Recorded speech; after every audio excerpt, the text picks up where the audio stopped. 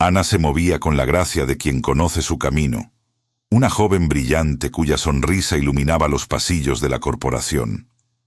Su mente, aguda y metódica, la había catapultado a una posición envidiable, donde la excelencia no era una meta, sino su punto de partida.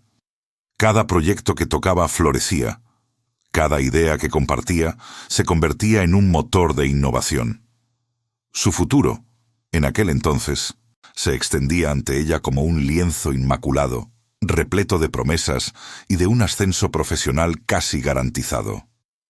Su motivación era sencilla y poderosa: alcanzar la cima, no solo por ambición, sino por la pura satisfacción de saber que había dado lo mejor de sí. En el epicentro de su universo profesional orbitaba Marcos, su jefe. Un hombre carismático, con una elocuencia que seducía y una presencia que llenaba cualquier sala. A primera vista, Marcos era la personificación del mentor ideal, un líder inspirador. Sin embargo, bajo esa fachada de encanto y profesionalismo, se escondía una necesidad insaciable de control, una sombra persistente de manipulación que pocos lograban percibir. Su motivación era mantener su poder y estatus a toda costa, una obsesión que lo llevaba a tejer intrincadas redes de influencia. Los primeros hilos de esa red comenzaron a tejerse de manera imperceptible. Eran comentarios sutiles, casi inocentes, que Marcos deslizaba en las conversaciones diarias. «Ana, ¿estás segura de que lo dijiste así en la reunión?» Yo recordaba algo diferente. Le espetaba con una ceja arqueada, su tono insinuante. O bien, después de una presentación impecable de Ana, comentaba con una sonrisa ambigua: «Creo que lo entendiste mal. El enfoque era otro, pero no te preocupes, lo ajustaremos». Pequeñas semillas de duda plantadas con precisión quirúrgica, diseñadas para erosionar la confianza de Ana en su propia memoria y capacidades. Al principio, Ana lo atribuyó al estrés, a las largas horas frente a la pantalla, a la presión constante de su rol. «Quizás estoy cansada», pensaba, o no recordé el detalle exacto. La lucha interna era palpable. Su sólida confianza, forjada en años de éxitos y reconocimiento, comenzaba a resquebrajarse bajo el peso de estas nuevas y extrañas autodudas. Se revisaba 2 veces los correos, consultaba notas antiguas, buscando la certeza que antes fluía de forma natural. La estrategia de Marcos evolucionó, volviéndose más insidiosa. Comenzó a crear una distancia sutil entre Ana y sus colegas. «No te preocupes por lo que digan, Ana. Ellos simplemente no entienden la visión de este proyecto», le susurraba, o «eres demasiado sensible, no deberías tomarte las críticas tan personal». Estos comentarios, aparentemente protectores, la aislaban, sembrando la idea de que sus compañeros no eran dignos de su confianza o comprensión. La manipulación escaló. Marcos negaba rotundamente haber dicho cosas cruciales, reescribiendo la historia de eventos pasados, con una convicción que hacía que Ana se sintiera desorientada. «Nunca aprobé ese enfoque, Ana, debes haberlo soñado», sentenciaba con una mirada firme, mientras ella recordaba vívidamente la conversación. En otra ocasión, le atribuyó un error ajeno, haciéndola quedar como incompetente ante los demás. La realidad de Ana se volvía maleable, moldeada por las palabras de Marcos, hasta el punto de que empezó a dudar de su propia cordura.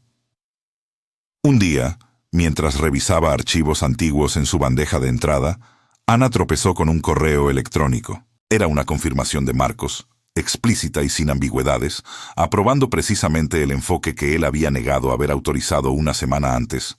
Una nota, garabateada en un viejo cuaderno, corroboraba otro de sus malentendidos. Una pequeña, pero innegable, pieza de evidencia. Cuando se lo mostró, Marcos apenas le dio importancia. «Ah, eso. Un error trivial de mi parte, Ana. No le des demasiada importancia», dijo con un desdén que la dejó helada. La duda se convirtió en una chispa de sospecha, una luz tenue en la oscuridad que la envolvía. Antes de continuar, suscríbanse al canal y cuéntenos en los comentarios desde dónde nos están viendo. La chispa de sospecha que se había encendido en Ana pronto se transformó en una llama persistente, iluminando un patrón inquietante. Marcos, con su encanto superficial, repetía los mismos trucos una y otra vez. Las negaciones, las correcciones sutiles, los comentarios que la hacían dudar de su memoria. Ya no eran incidentes aislados, sino piezas de un macabro rompecabezas. Ana comenzó a ver la repetición, la premeditación, la calculada estrategia detrás de cada una de sus interacciones. Se sentía constantemente desorientada. Una sensación de mareo mental la acompañaba cada vez que entraba en la oficina o recibía un correo electrónico de su jefe. La ansiedad se había instalado en su pecho como un inquilino permanente, apretando su respiración y nublando su otrora clara visión. El impacto emocional era profundo y devastador. Las noches de Ana se poblaron de insomnio, su mente girando sin cesar, intentando descifrar la última contradicción de Marcos, buscando un sentido en el caos que él creaba. Los ataques de ansiedad se volvieron más frecuentes, manifestándose como oleadas de pánico que la dejaban sin aliento, cuestionando su propia cordura. La autoestima, que antes había sido su ancla, se deshilachaba lentamente, reemplazada por una sensación de insuficiencia y un miedo constante a cometer errores. Su motivación original, esa brillante ambición por la excelencia, se vio opacada por una necesidad abrumadora y urgente de entender lo que estaba sucediendo, de recuperar el control de su propia realidad. Desesperada por una perspectiva externa, Ana intentó compartir sus preocupaciones con sus amigos más cercanos y su familia. «Siento que Marcos me está volviendo loca», les decía, pero las palabras se sentían vacías, incapaces de transmitir la complejidad de la manipulación. «Niega haber dicho cosas, me hace dudar de mis recuerdos». Las respuestas que recibía eran a menudo bien intencionadas, pero minimizaban su experiencia. «Seguro es un malentendido, Ana. Marcos siempre ha sido un poco despistado», le decía su madre, o «quizás estás estresada por el trabajo. Todo se ve peor cuando estás cansada», comentaba una amiga.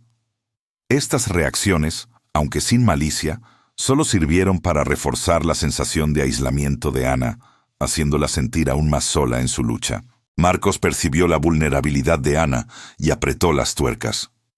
Su control se intensificó, volviéndose asfixiante. Monitoreaba el trabajo de Ana de cerca, con una lupa invisible, buscando cualquier pequeña falla para magnificarla. Cada decisión de Ana era sometida a una crítica implacable, a menudo en público, minando aún más su confianza. La aisló sistemáticamente de proyectos importantes, argumentando que no estaba en su mejor momento o que necesitaba concentrarse en tareas más básicas. La narrativa de Ana, como una empleada inestable e incompetente, comenzaba a calar en el ambiente laboral. Lo más doloroso fue la traición de la confianza. David, un colega con quien Ana había compartido innumerables proyectos y confidencias, comenzó a cambiar. Marcos, con su habilidad para tejer intrigas, había sembrado dudas sobre Ana en la mente de David. Un día, en una reunión de equipo, David cuestionó públicamente la memoria de Ana sobre un detalle crucial del proyecto, reforzando la narrativa de que ella era inestable. El golpe fue devastador. Ana sintió como si el suelo se abriera bajo sus pies.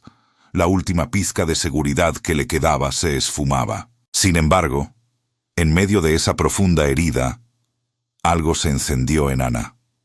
Después de la reunión, mientras las lágrimas de frustración y rabia corrían por su rostro, tuvo un momento de claridad cegadora. No era ella. El problema no era su memoria, ni su cordura, ni su competencia. El problema era Marcos. La chispa de sospecha, alimentada por la traición, se convirtió en un fuego de determinación. No podía seguir viviendo en esa realidad fragmentada, en ese mundo donde su propia percepción era constantemente invalidada. Marcos, ajeno al despertar interno de Ana, planeó su golpe final. Organizó una reunión crucial con la alta dirección, bajo el pretexto de presentar un informe de progreso, pero con la verdadera intención de desacreditar completamente a Ana.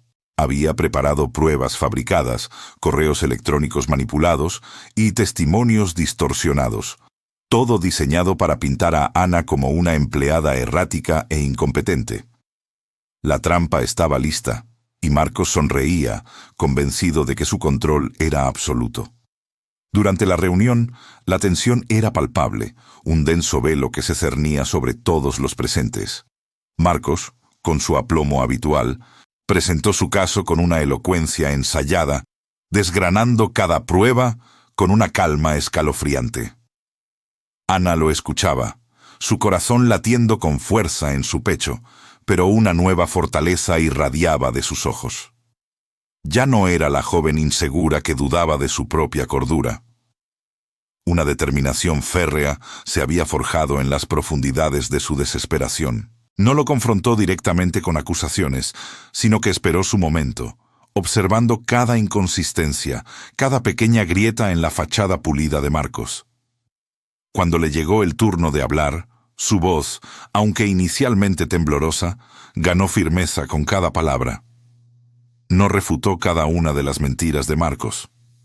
En cambio, expuso las inconsistencias de su narrativa con una lógica implacable, señalando sutilmente cómo sus pruebas se contradecían entre sí, cómo los correos electrónicos manipulados tenían metadatos que contaban una historia diferente, cómo los testimonios distorsionados carecían de detalles fundamentales que ella, y solo ella, recordaba con precisión.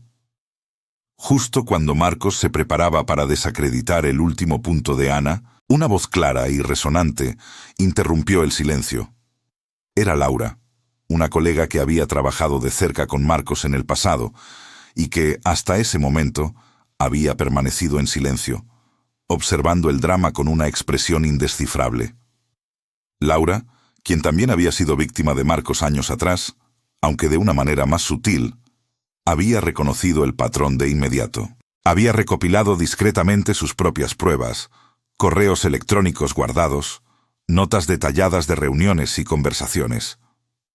Con una valentía que sorprendió a todos, se puso de pie, y con una pila de documentos en la mano, comenzó a corroborar las palabras de Ana, añadiendo capas de verdad que Marcos no podía desmantelar. Explicó cómo Marcos había utilizado tácticas similares para manipular a otros empleados, cómo les había sembrado dudas y cómo había saboteado sus proyectos para mantener su propia posición. La evidencia combinada de Ana y Laura fue un golpe demoledor. La fachada de Marcos se resquebrajó. Su sonrisa se desvaneció, reemplazada por una expresión de pánico y furia apenas contenida. Intentó negar, argumentar, desviar la atención, pero sus palabras sonaban huecas y desesperadas. La alta dirección, inicialmente escéptica, no pudo ignorar la abrumadora cantidad de pruebas y la coherencia de los testimonios. La verdad, finalmente, salió a la luz. Marcos fue despedido fulminantemente, su carrera desmoronándose bajo el peso de sus propias manipulaciones. La empresa, sacudida por el escándalo, se vio obligada a implementar nuevas políticas estrictas para prevenir el gaslighting y el abuso de poder, creando un ambiente laboral más seguro y transparente. La recuperación de Ana fue un proceso largo y arduo, un camino de sanación que requirió paciencia y autocompasión. Recuperar su autoestima y su confianza en su propia realidad no fue de la noche a la mañana, pero cada día, con el apoyo inquebrantable de sus amigos cercanos y su familia, daba un paso más. Aprendió a confiar en su intuición, en esa voz interior que Marcos había intentado silenciar. Su experiencia la transformó. Se convirtió en una defensora apasionada de la conciencia sobre el gaslighting, compartiendo su historia en foros y conferencias. ayudando a innumerables personas a reconocer y escapar de sus propios manipuladores. Ana no solo recuperó su carrera, sino que emergió de la oscuridad más fuerte, más sabia y con un propósito renovado. Su dolor se convirtió en una fuerza motriz para el bien, una herramienta para iluminar las sombras del abuso psicológico. Encontró un nuevo puesto en otra empresa, donde su brillantez y seguridad fueron valoradas y respetadas. El amor y la familia, esos amigos cercanos que la habían sostenido en los momentos más oscuros, fueron los pilares de su recuperación, recordándole que no estaba sola. Ana, la joven que había dudado de su propia cordura, ahora era un faro de esperanza, demostrando que incluso de las experiencias más traumáticas puede surgir una fuerza inquebrantable y una capacidad asombrosa para ayudar a otros. Su historia se convirtió en un testimonio de resiliencia, un recordatorio de que la verdad, por muy oculta que esté, siempre encuentra su camino hacia la luz.